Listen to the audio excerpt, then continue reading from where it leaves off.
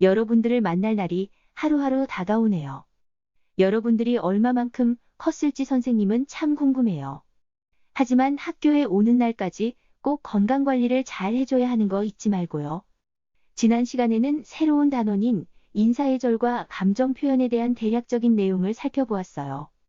이번 시간에는 상황에 맞는 인사법에 대해 알아보기로 해요. 그럼 화면을 봐주세요.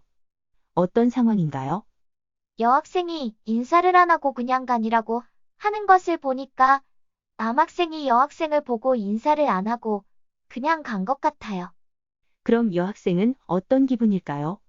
섭섭하고 속상할 것 같아요. 어떻게 하면 좋을까요? 제 생각에는 남학생이 다른 생각을 하다 여학생에게 인사를 못했을 수도 있으니 여학생이 남학생에게 먼저 인사를 하면 어떨까 싶어요. 그럼 여러분들은 혹시 이런 경험이 있나요?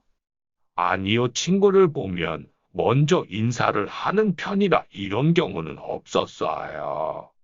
그럼 이제는 상황별로 인사하는 것을 알아보아요. 먼저 가정에서 인사하는 법을 말해주면 좋을 것 같아요. 저희 집은 아버지, 어머니 모두 일을 하시기 때문에 제가 학교를 등교할 때 아버지와 어머니는 출근을 하셔요. 그래서 부모님과 함께 집을 나서면서 학교에 다녀오겠습니다라고 인사를 드려요. 그리고 부모님이 퇴근하고 오시면 어머니, 아버지 다녀오셨어요라고 인사도 드려요. 그럼 학교에서의 인사법은 어떻게 될까요? 먼저 학교에서 선생님을 뵈면 선생님 안녕하세요라고 말씀드리고 급식실에서는 매식을 해주시는 조리원님께 맛있게 먹겠습니다라고 인사를 드려요.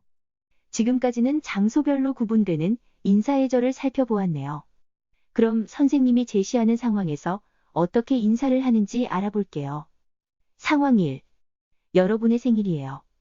여러분들은 친구들과 함께 생일 축하 파티를 하고 친구들이 여러분들의 생일을 축하해 주네요. 그럼 여러분은 어떻게 인사를 하면 좋을까요? 얘들아, 내 생일을 축하해줘서 고마워. 상황 2. 여러분이 가사 시간에 칼로 당근을 썰다가 손을 비었네요. 친구가 걱정을 하며 손을 치료하는 것을 도와주었어요.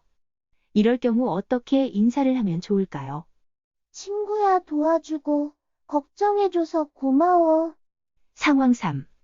다리를 다쳐서 휠체어를 타야 하는 상황이네요. 그런데 오르막이라 휠체어를 밀고 가기 힘든 상황이에요. 그런데 친구가 휠체어를 밀어주겠다며 목적지까지 휠체어를 밀어주었어요. 이럴 경우 친구에게 어떻게 인사하면 될까요? 친구야 휠체어를 밀어줘서 고마워. 친구가 진로와 직업 시간에 나의 재료를 실수로 쏟았어요. 친구가 많이 놀라며 미안하다고 말을 하네요.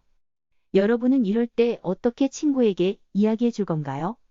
친구야, 실수로 그런 것이니 괜찮아. 네, 여러분 잘해 주었어요.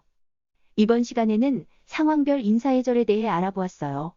다음 시간에는 상대에 따른 인사예절에 대해 알아볼게요. 그럼 오늘 수고 많았고요. 다음 시간에 만나요.